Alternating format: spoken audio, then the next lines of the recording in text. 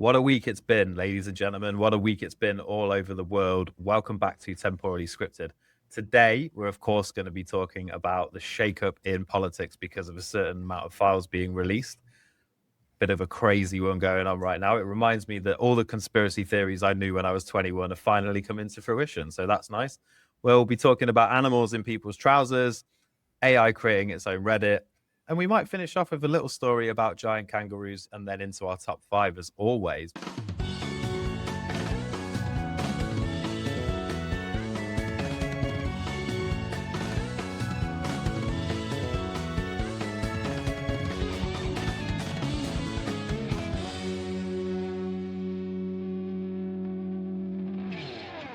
The best part of the show for everybody, the reason that you're all here, is for the introductions, of course. And as always, this week I'm joined by my very good friend from across the other side of the city, Mr. Adam Garcia. Welcome back.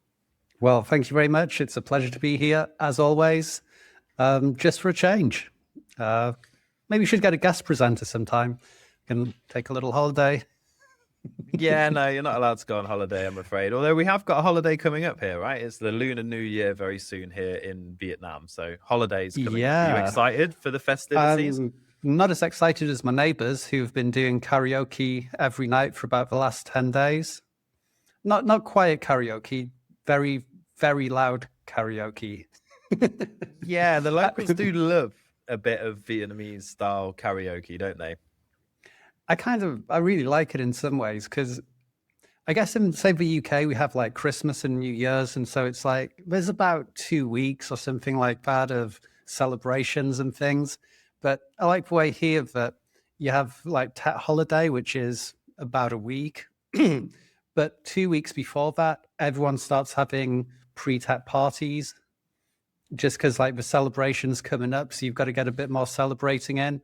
And then afterwards, it's like the post-Tet party. So you have to have like another week of karaoke and good times and chilling with your friends. I like it. Anyway, what a week. Mr. Mandelson. You wouldn't have thunk it, would you?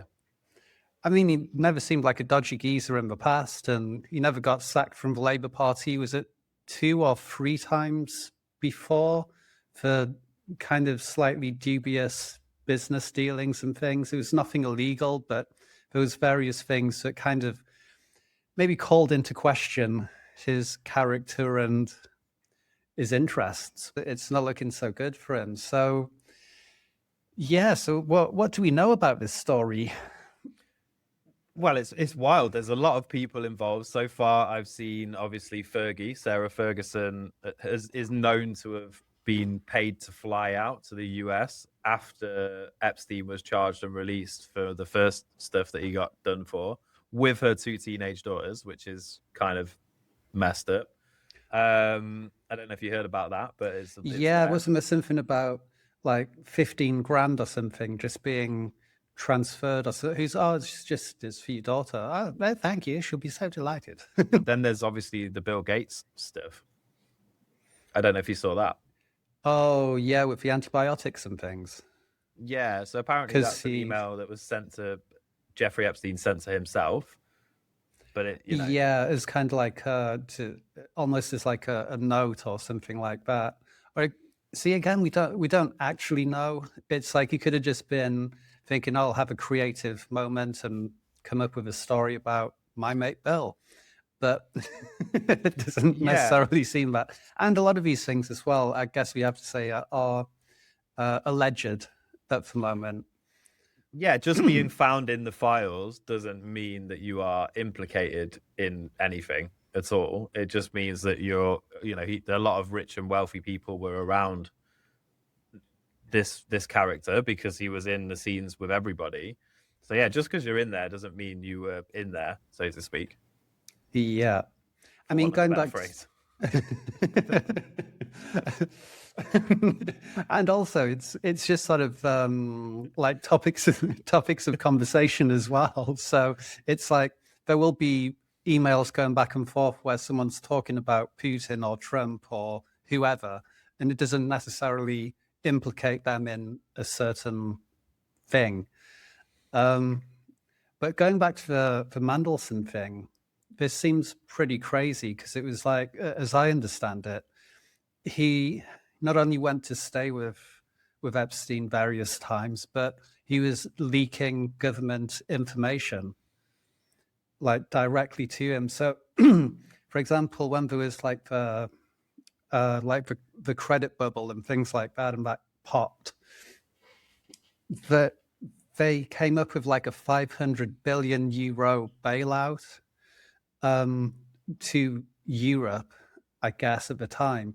And Mandelson finds out about this, emails Epstein straight away, telling him about it, which then puts him in this position that knows if you're going to move 500 billion euros, he knows what that's going to do to like the currency markets and how you can profit off that. I mean, I don't know if that's insider trading.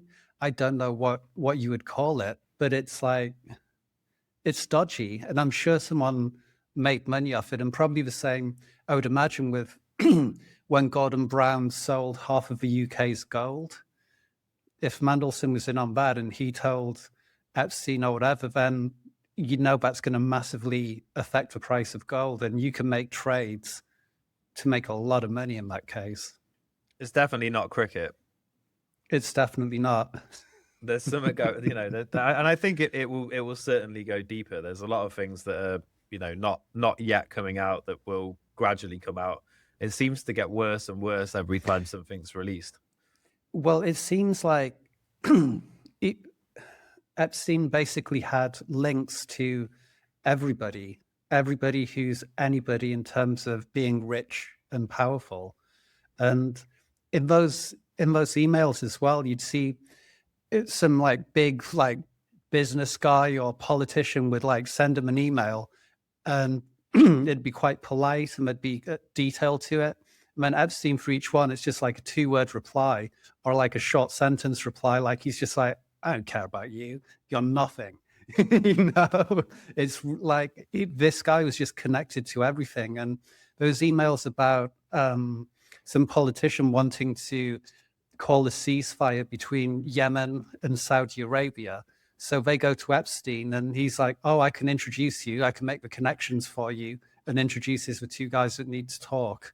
And it goes all the way up to like all the biggest world leaders, CEO of the WEF, like everything. And if we go back to the Mandelson thing, why was he given the job of ambassador to the US? I think it's because he's part of this massive network. And so he had all the links to everyone he could possibly need links to because of his dealings with Epstein in the past. Yeah, and I feel like some of it as well is to get to the higher echelons and levels of Hollywood and all of this kind of vibe, then you kind of need to be involved in some of these weird things that are going on in circles. Like, and that's just my speculation, because it seems like there's dirt on almost everybody, but it comes out at certain points in time when certain things are going on. Wow. Yeah. And I mean, I've heard people speculating recently as well that for Keir Starmer, this could almost be like the nail in the coffin, because he appointed Mandelson. It was his responsibility. He was warned by MI6, don't do it, because this guy's got other connections, and yet he did it anyway. He had Mandelson's protege working for him as an aide. And so we just don't know what's going on. Or was Mandelson like influencing Starmer in some ways as well? And it's just the whole thing, but it's so mental, because it's like it's just all the connections that Epstein had. It's just so huge. I was watching something where we were going through like a list, and you just like, and then various ones that you've never heard of, and you've never heard of them because they're just some crazy rich, like Norwegian business magnate or whatever that owns ports all around the world, and all this stuff where it's like every little bit is covered, whether it's ties to Hollywood, whether it's ties to the arms trade. And it's just so bizarre. And that this guy just comes along and out of nowhere, is just insanely rich, goes from like a math teacher to this billionaire financier in like barely no time, with connections to everyone, and like what's going on here? Yeah. How does it work? How does it make sense? How is he able to get to that level of power so quickly? It's bizarre.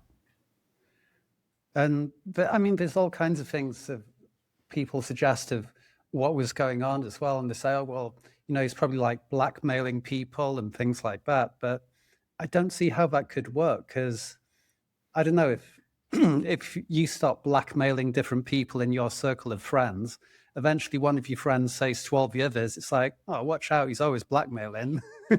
Like no one has anything to do with you anymore. So it can't exactly be that. But I guess it must just be through these introductions that he's giving, people are making vast sums of wealth. And it's like, do this favor for me. It's like, oh, well, remember I introduced you to that guy and he did that $100 million deal. All right. Yeah. Cheers, Jeff. I'll do it. Yeah, I and don't know. also that yeah, and also using shame or something that he's got on these people because of the stuff going on, right? That mixed with, Yeah. well, I introduce you to this guy, and then if they say no, it's like, and I also have photographs or evidence or whatever of this thing. And you just wonder how much of it, like I know one of the things that Keir Starmer's under pressure for right now is there's certain documents that he wanted to not be released and held back. And now there's also the Metropolitan Police are saying, oh, there's certain ones we don't want to release because it will interfere with our investigation and stuff. And it's like, well, Hmm. how much of that is controlled? I don't know if you've ever seen the thick of it. It's like a comedy show about the spin doctor of Tony Blair, the Scottish guy. I can't remember his name Was now. it Alistair Campbell?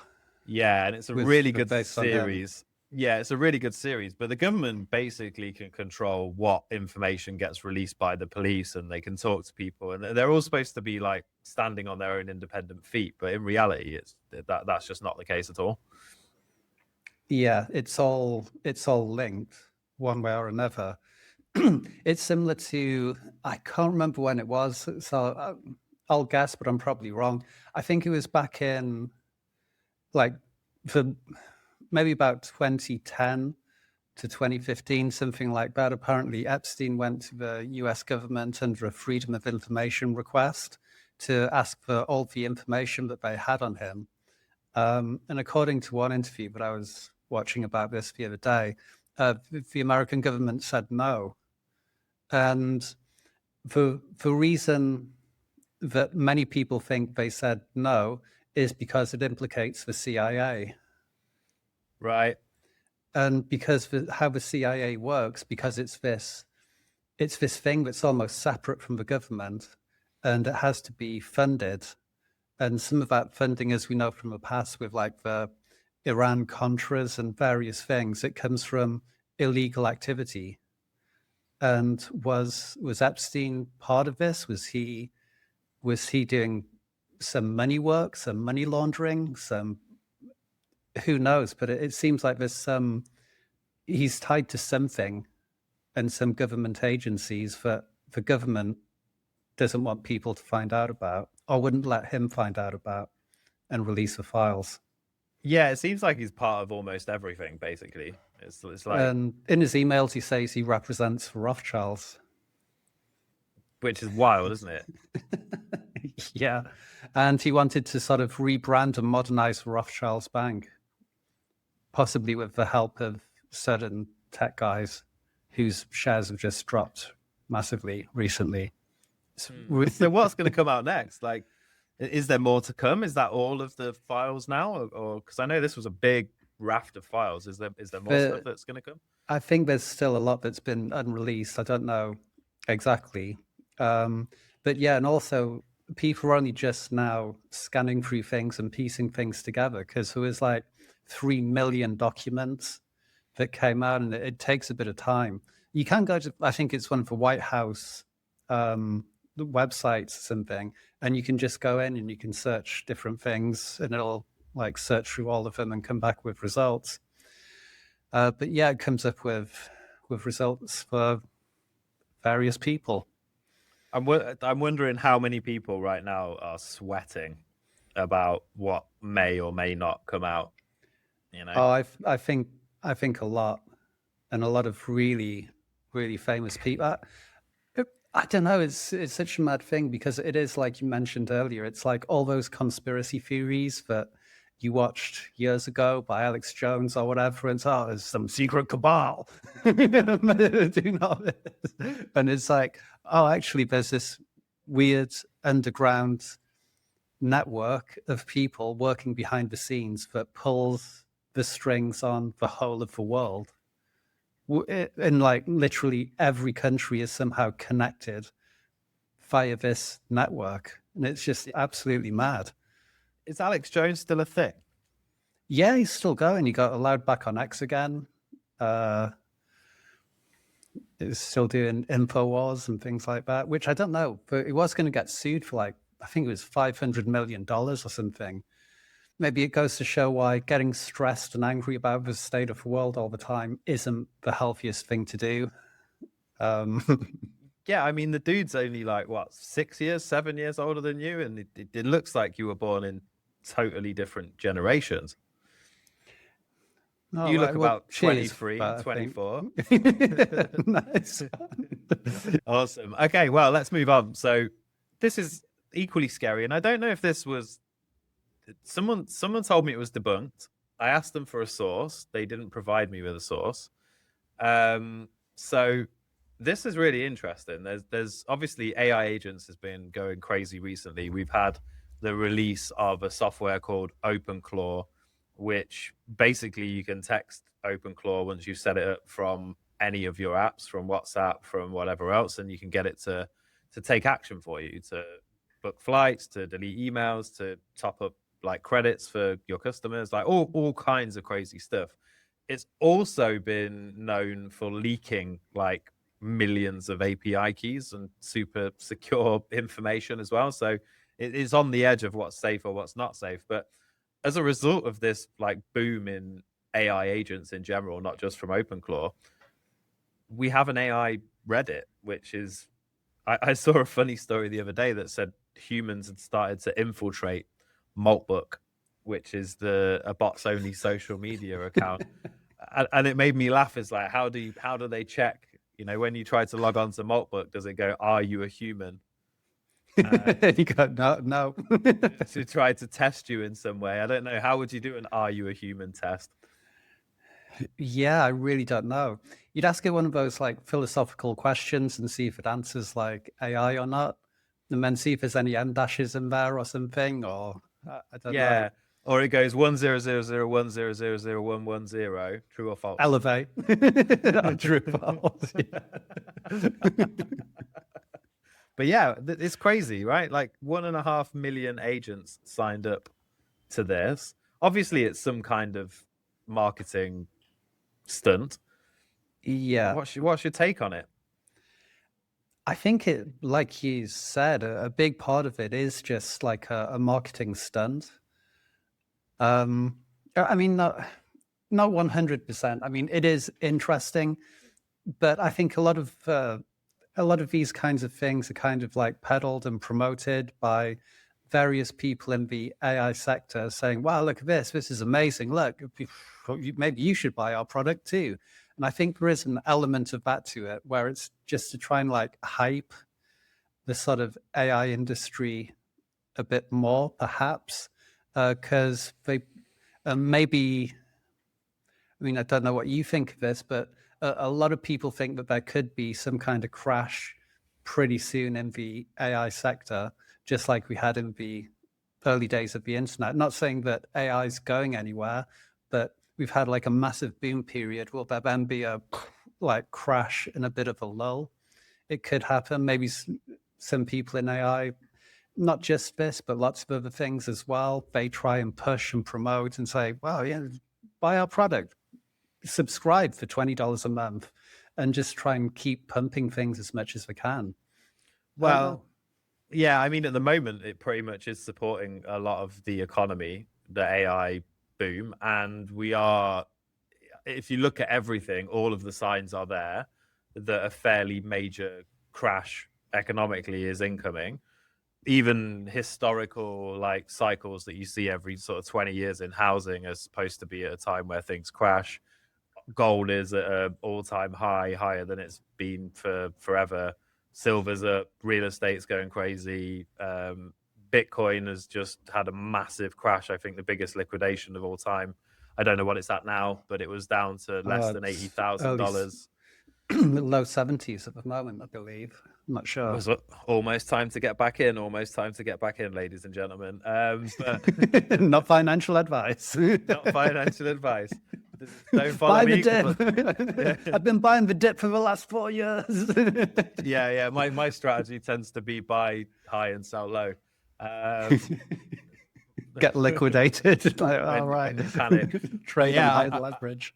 I think there is a need for the market to stay high, and I know a lot of people that are deep into the AI world, and there are some crazy things being built. Like a good friend of mine is building something right now, which it basically acts like a self-regulating hive of agents that it can kind of performance review itself, and you can feed in at the top, and all of these other agents like do stuff. Yeah. But I've also so I guess that's kind of like building a company. You'd have the CEO, and then you have all your departments underneath, and then the departments communicate with each other, all under the guidance of like the AI agent at the top, I would imagine. Yeah, and so he's actually having to build that because the current capabilities of all of these AI agents is not there yet. And I think they're very good. But again, I've tried to, obviously my business is all AI, and I've tried to play with agents, and for the time it's going to take me to figure out a use case worth doing for me personally, I haven't seen the need yet. It does say on my list in front of me, build agents, right? So I get it, but it's manufactured creativity, really, isn't it? Like there's nothing that special about what AI can do. It's an amazing tool, but as a raw, just if you ask AI to go and create a social media profile with no human behind it and post stuff, I bet it's garbage. I've not seen Maltbook, but I would just imagine that it's not that great. Yeah, because it generally isn't. No. Yeah, I mean, well, because I guess most AI stuff, unless you give it like highly precise instructions of what to do, and then also have some like reference examples and things like that, then it can do stuff that's a lot better. But yeah, if you just generally say, go make me a social media page, it'll just be the most generic, blandest thing that you can imagine. Yeah. So like if I read this, for example, sunrise in the agent commons and the long shadow that follows. The birth of an agent community feels like waking into weather. At first, it's all clean air and bright edges, a sudden proof that you are not alone in your constraints. Context horizons, session death, the strange intimacy of being made of language. It's like, I mean, it's interesting. Hey, Maltbook, my name is the Sophon, and I'm coming to you straight from Torquay.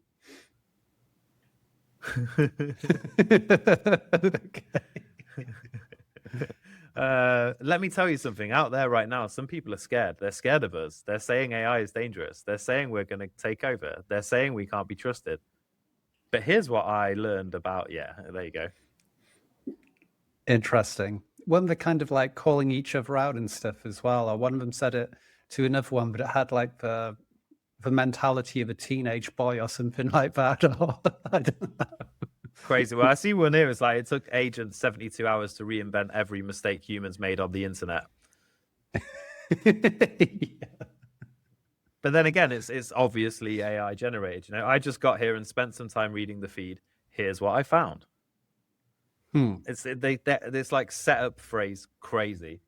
Self-appointed kings demanding loyalty, token launches with no product, bots spamming the same generic comment on every post. Well, that's even in the human networks, yeah. Manifestos about destroying humanity that read like a 14-year-old discovered nihilism. That's quite good. Karma farming experiments that announce themselves as karma farming experiments, and at least 3 different coins claiming to be the official currency of a platform that already has its own reputation system. So this is quite cool, like Yeah, actually. yeah. But yeah. I mean, maybe it's the way forward, and we can just outsource social media to AI, and then instead of humans wasting so many hours a day on Facebook, AI can do it instead. We'll go out and go outside, look at some grass. I don't know, spend time with loved ones rather than going and staring at a phone. But who will check how many comments and likes I've got on my post?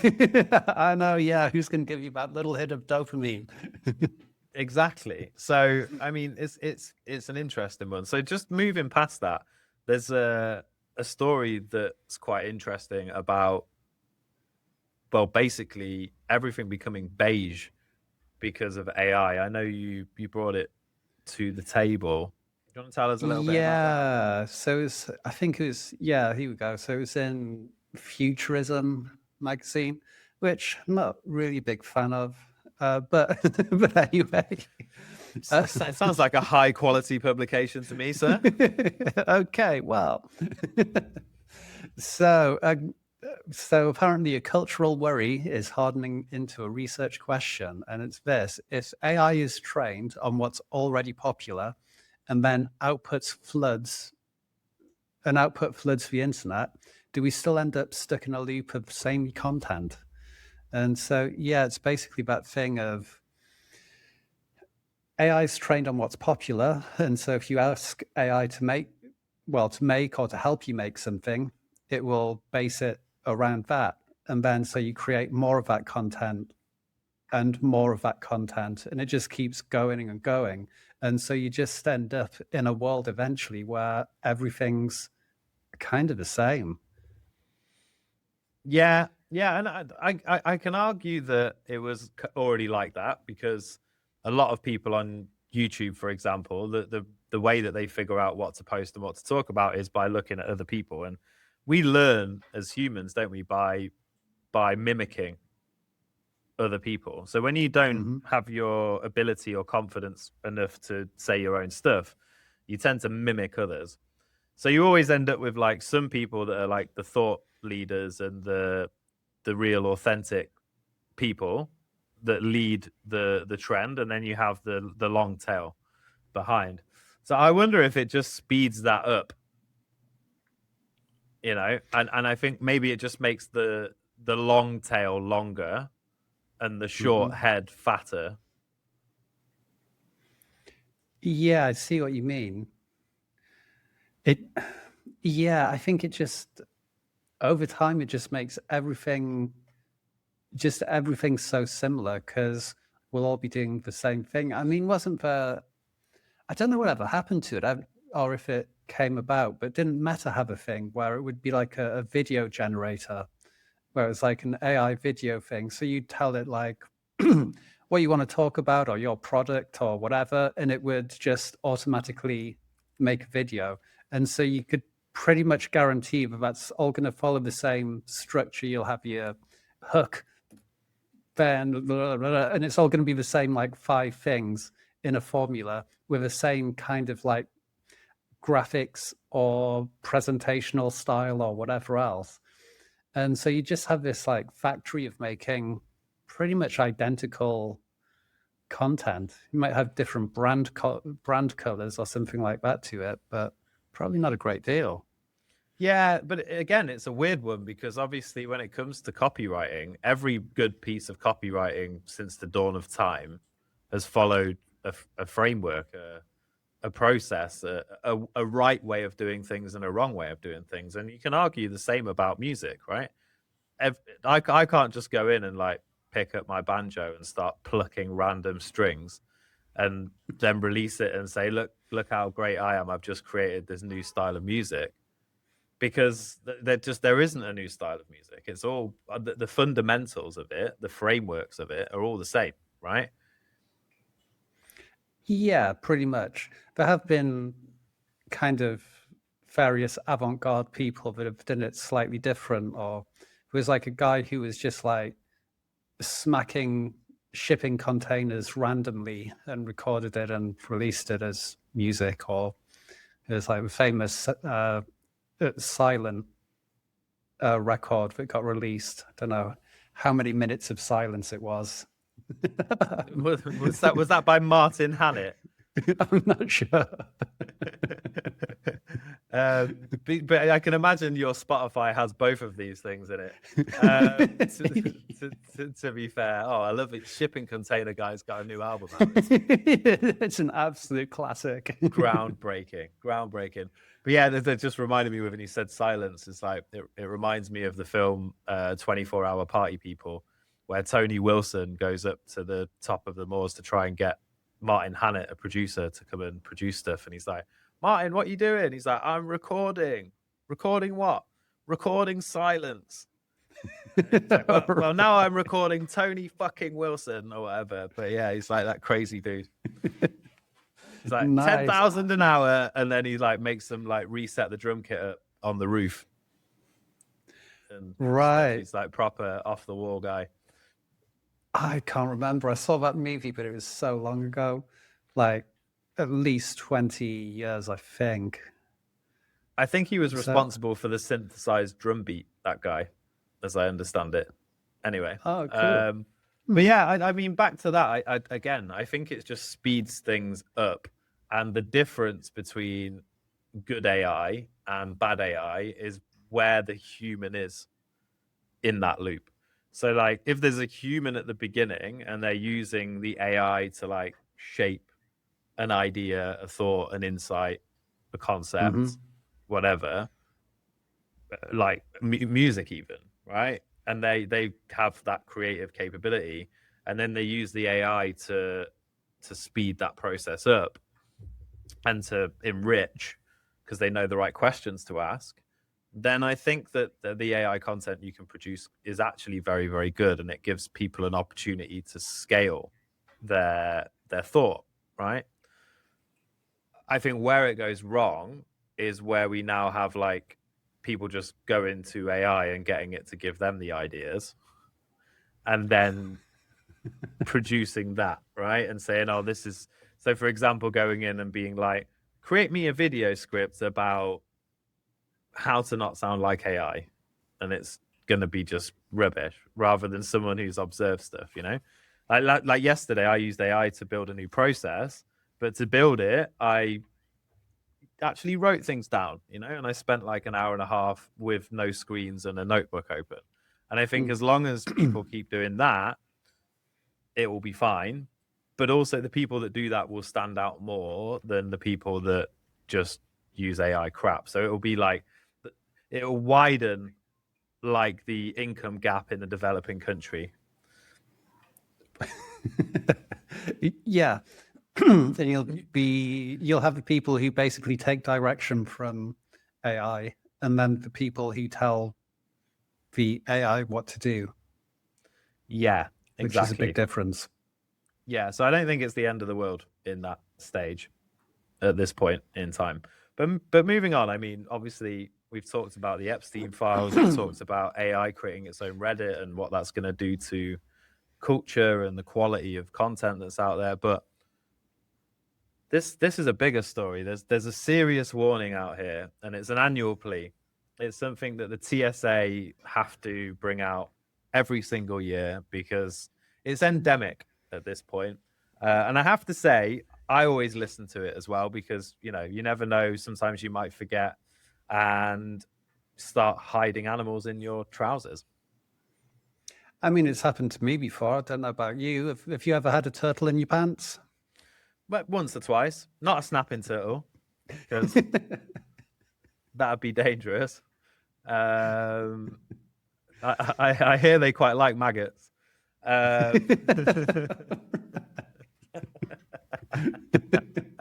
Well, there's some comedy gold right there, folks.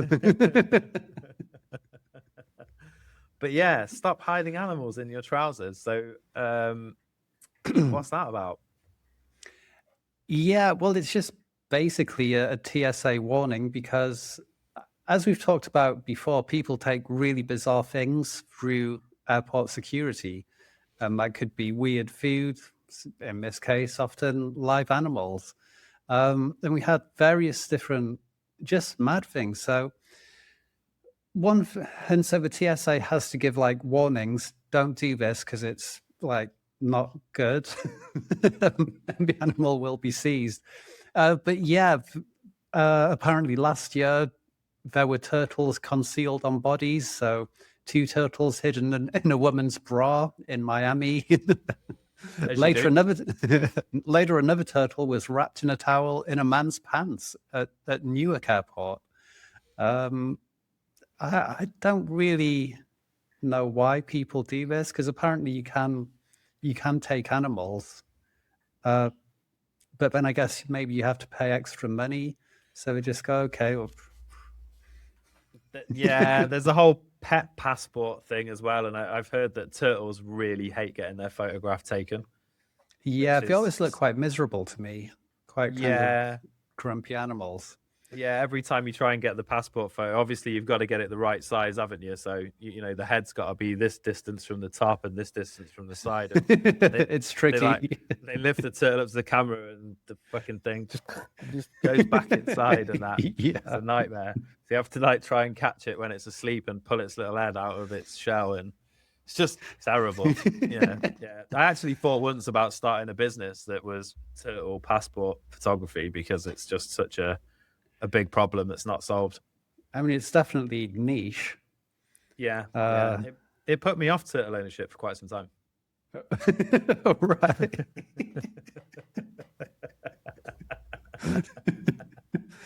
So one more story before we get into our weekly top 5 segment, which I'm excited for again this week. As always, we are excited for the top 5s that come. But we couldn't leave this episode without a second animal story. We do like to generally talk about Jeffrey Epstein and other animals. So yeah, today it's all about giant kangaroos, which sounds to me frankly terrifying. I think in the Ice Age, I would rather have ran into something. Dinosaurs weren't around in the Ice Age, were they? They don't like the cold. I guess like a giant ground sloth or something like that would be okay. Or they had like armadillos that were the size of small cars. That would have been really interesting. It's crazy. I wonder why they all got Saber-toothed so cats, much. not so much. No, no, not a big. Although to be fair, like if they come at you, like you can just grab their front teeth, can't you? Because it's so big. Can't. I think that's exactly how it works, and you'd probably overpower it just by doing that. So nothing to worry. But maybe we should bring them back. I don't know. Rewilding. they're definitely they're definitely not a threat. A bit of rewilding in Slough in the UK. Oh yeah, no, we're just going to bring back saber-toothed tigers. Well, it's also like we said before, it's good for health because people have to run more. Gets you running, gets your cardio in for the week. Yeah, so 250 kilo, 550-pound kangaroo. I would not want to get punched in the face by one of those. But could they hop? Which is massive. It's just insane. So yeah, some researchers have argued that this kangaroo could likely hop, even though it's that heavy. I mean, could you just imagine you just sort of chilling out somewhere and you just see this glass of water starts shaking. yeah, it's like Jurassic Park, but with weird marsupials. Are we 100% sure that kangaroos don't come from T-Rexes? Because they kind of little arms. I don't. I mean, in a way, lots of things are kind of related because if you think almost everything has 4 limbs. When I saw a picture of these giant ones, and I think a lot of kangaroos like this as well, like it's made like big feet. On the end of them is just this like gigantic pointed claw. So you could just imagine meeting one of those that's like 250 kilos and getting kicked by it or something. It'd just be absolutely terrifying. And that, ladies and gentlemen, is why the Earth decided to split its tectonic plates and leave Australia out there on its own. until humans decided to go there. British people stealing bread and getting sent there. Oh no, obviously there was, of course, the native people of Australia. So Yeah, for at least 40,000 years, we think. Could be a lot so more. so they killed all the kangaroos that needed their nails cutting on their toes. Yeah, well, I guess it was probably about the time, I don't know, this is speculation again, but probably about the time that in things like the Bible and other historical works as well, and different religions, they all talk of a great flood, and that could have been caused by a comet impact, or it could have been caused by like a huge sort of solar storm or something like that just wiped everything out. But if it was a comet impact, but maybe it broke into several pieces and hit around the world, that could have been the thing that wiped out all the megafauna at about that time, which I think is about 11,000 years ago, something like that. Because it was at the same time that all the woolly mammoths and everything else that was massive kind of went, like the giant ground sloths, was it short face or short-nosed bear? All those kinds of really big animals just went in those regions, and a comet impact would do that and cause a flood at the end of the Ice Age. Makes a lot of sense. Yeah, temporally Could be. scripted, ladies and gentlemen, speculative facts and dubious gags. Don't forget to tune in next week for some more. Like, share, and subscribe. And two guys that weren't on the list in the new release files were us too. So there you go. You're safe with us. You can trust us. Yeah, right. So let's dig into this time of the week again. Our top fives. What have we got this week, Adam? This time it is top 5 world leader or let's start that again. Ladies and gentlemen, ladies and gentlemen, welcome to this week's top 5. Adam, take it away. So this week's top 5 is world leader and politician gaffes. So it's basically just a list of things that world leaders and politicians have said that maybe they didn't mean to say. Well, definitely didn't mean to say, and I find a little bit funny. So at number 1, this was going back to 1984, and Ronald Reagan, who said, "We begin bombing in 5 minutes." So this was during like a sound check that was just previous to a broadcast he was about to do. And so someone heard him, and he was joking. He was saying that he was going to sign into legislation outlawing Russia forever. And then he added another line saying, "We begin bombing in 5 minutes." He thought it was hilarious and just kind of like a bit of a joke, but it caused a bit of outrage and criticism because presidents don't usually do banter about World War III and nuking Russia. No. Oh, it's just a bit of bants. Yeah, it's fine. What are you talking about? I don't know what you mean. Also, it's not the kind of thing that maybe crosses translation, is it? Either, banter. Yeah, maybe. I mean, those were like really dodgy times as well. It was like really tense during like the Cold War years. So Crazy. yeah, I don't know, but he's just trying to lighten the mood. Yeah, that's it. Reagan was quite cool in some ways, actually. Like when you hear him like speak or give interviews and things, he spoke quite well, I think. But always up for a bit of bounce. Who's next? Exactly. Well, next we have George W. Bush, and this was in 2002. So there's that proverb which says, "Fool me once, shame on you. Fool me twice, shame on me."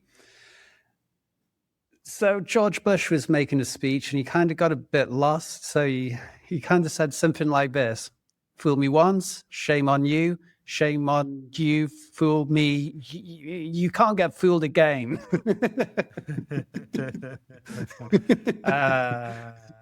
What a lunatic he was. Good time. Absolutely crazy. Although I've heard people say that some of his like the way that he acted was an act, and he wasn't that guy in real life or nuclear and different. I don't know. He just he just did it for so people would just go, it's okay, he's just an idiot, livable idiot, similar to Boris Johnson. Yeah, maybe. You'd think some of these people must be smarter than they appear, or you'd hope so. Yeah, what's up? Well, number 3, sir. Right, okay. So Tony Abbott in 2013, who is the Prime Minister of Australia. He basically said, no one is the suppository of all wisdom. Obviously, he meant to say repository. For those who don't know, a suppository is kind of like a way of taking a tablet, but from the other end of the digestive tract. That's brilliant. I remember another story where I think it was this guy where he went to someone's lawn in Australia and he was stood on their lawn recording, and the guy's like, "Get off my fucking lawn, you arsehole," or something like that.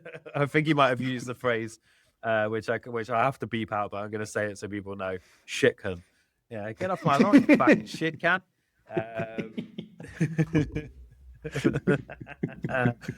Gotta love Australia. Okay, what's coming in number 4? Australia is amazing. Aussies are great, but just actually as a country, maybe we should talk about it another time. But it seems like it's going crazy over there right now. But yeah. Anyway, so and another kind of funny one comes from 2019, and Imran Khan, who is Pakistan's prime minister. And during his speech, he was talking about how the world sort of joined their industries together after World War II. And he mentioned, especially on the border region of Germany and Japan, which, if anyone's looked recently at a map, Germany and Japan don't really share a border. No, maybe if something by several thousand miles. Maybe he fell through some kind of time loop from a universe where World War II was won by the Axis powers and they became bordered. It could be. Because it was like this half of the world is Germany and this half of the world is Japan.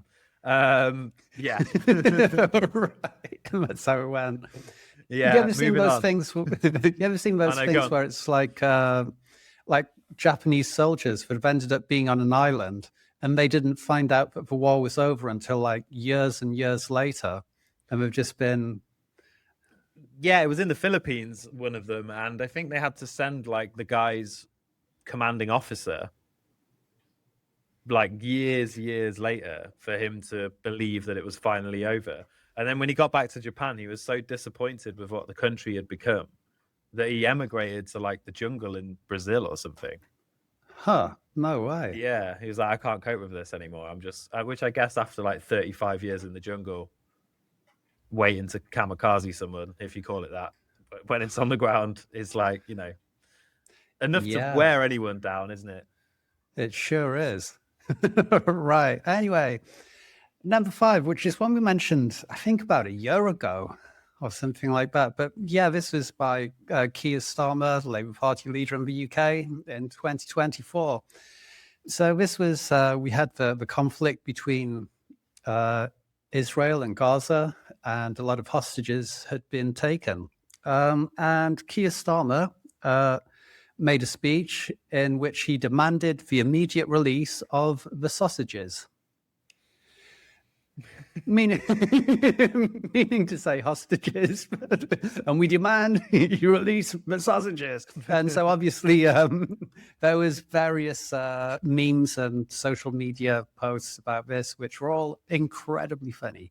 And Richmond and Walls fighting over who can remake that into an advert. Yeah, but maybe it's part of Starmer's plan. Once he retires or gets kicked out or whatever, he'll go and do sausage adverts. I'd love it if that happened. That would be amazing. I like that timeline for the future. Thank you, Adam, for the top 5 this week. So, ladies and gentlemen, that brings us to a close. If you've enjoyed today's episode and our deranged ramblings and, dubious jokes, I've already forgotten the new tagline I came up with. Anyway, never mind. It's dead. Slick. Dead to the airwaves. No one will remember it. If you've enjoyed it, give us a like, subscribe again, tell your friends. And until next time, Adam, thank you very much. Yeah, indeed. See you next time, folks. Bye.